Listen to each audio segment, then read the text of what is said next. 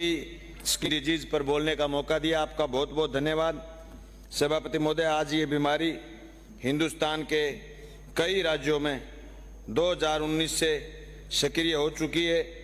ये हिंदुस्तान के उड़ीसा में, आंध्र प्रदेश, बिहार, झारखंड, छत्तीसगढ़, पश्चिम बंगाल में, और ये आसाम, गोवा, गुजरात, कर्नाटक, महाराष्ट्र, तेलंगाना तथा उत्तर प्रदेश में, और हमारे पड़ोसी राज्य गुजरात, दिल्ली, कर्नाटक, हरियाणा में भी इसका खूब असर दिख रहा है।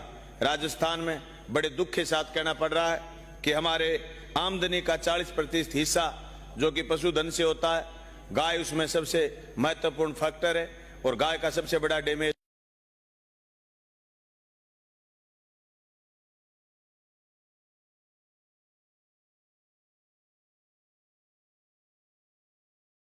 सभापति महोदय, मैं कुछ बात ऐसी भी रखना चाहता हूं जो मेरी कॉन्स्टिट्यूंसी से जुड़ी हुई।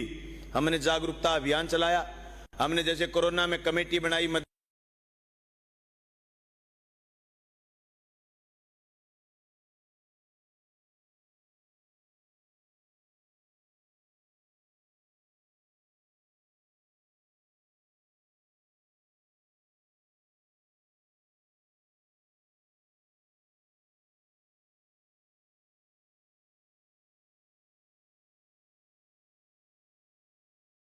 हमारे पास कल एक डेथ हुई थी गाय की, और पूरे टोटल गौशाला में आज के दिन कोई स्किन डिजीज की कोई गाय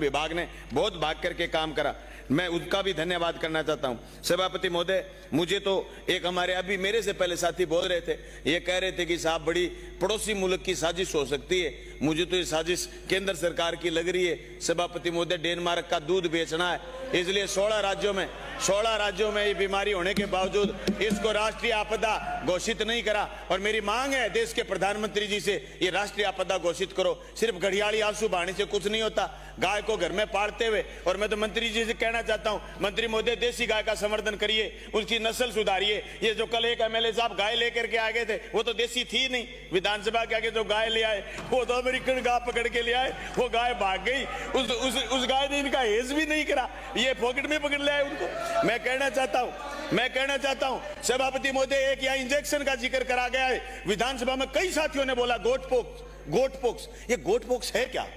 गोट पोक्स बनाता कौन है? गुजरात में इनका कोई बड़ा सारा आदमी है, उसका गोट पोक्स में कोई वो है। अजी यहाँ डॉक्टर थोड़ी है, तो एमएलए मंत्री है।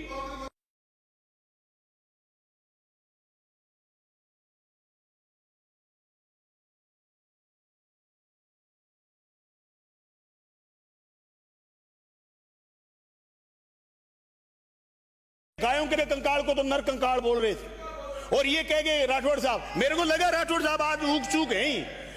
ये राठौड़ साहब एक बात और कह गए कि साहब आपने पशु बीमा खत्म करा। नहीं राठौड़ साहब, आपकी सरकार ने खत्म करा था पशु बीमा, और मंत्री जी आप शुरू करिए।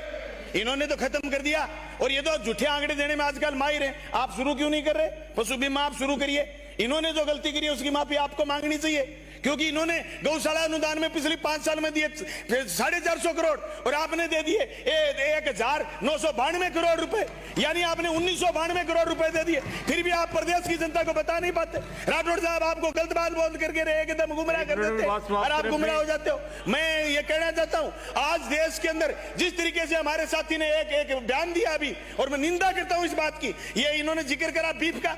आज बीफ का व्यापार मोदी जी के देश में राज सत्ता में आने के बाद कितना बड़ा है, इस बात का आंकड़ा आपको जानने की जरूरत है। 14,000 करोड़ का बीफ का व्यापार था, जो 51,000 करोड़ तक पहुंच गया, ये मोदी जी के राज में आने के बाद हुआ है। और ये कह रहे थे, केरल का जिक्र कर रहे थे, इनके किरण रिजिजू जो केंद्र के मंत्री हैं, वो गौमांस का खुला प्रचार करते हैं और खुला खाने के हाँ करते हैं। गोवा में इनकी सरकार बची है गौमांस का नाम लेकर के। मैं कहना चाहता हूं, ये मुद्दा होना ही नहीं चाहिए। असली बात ये कि गाय को बचाया कैसे जाए, देसी गाय को कैसे बताया जाए, जिस गाय को हम गाय माता कहते थे उसका समर्थन कैसे करा जाए, इस बात पर गंभीरता से चर्चा करके आपको गाय को बचानी है। हम सब मिलकर के गाय को बचाएंगे, बाकी फिजूल की बातों में कोई नहीं पड़ेगा। आपका बहुत बहुत धन्यवाद, शुक्रिया। बाबूलाल खराड़ी। माननीय सभापति।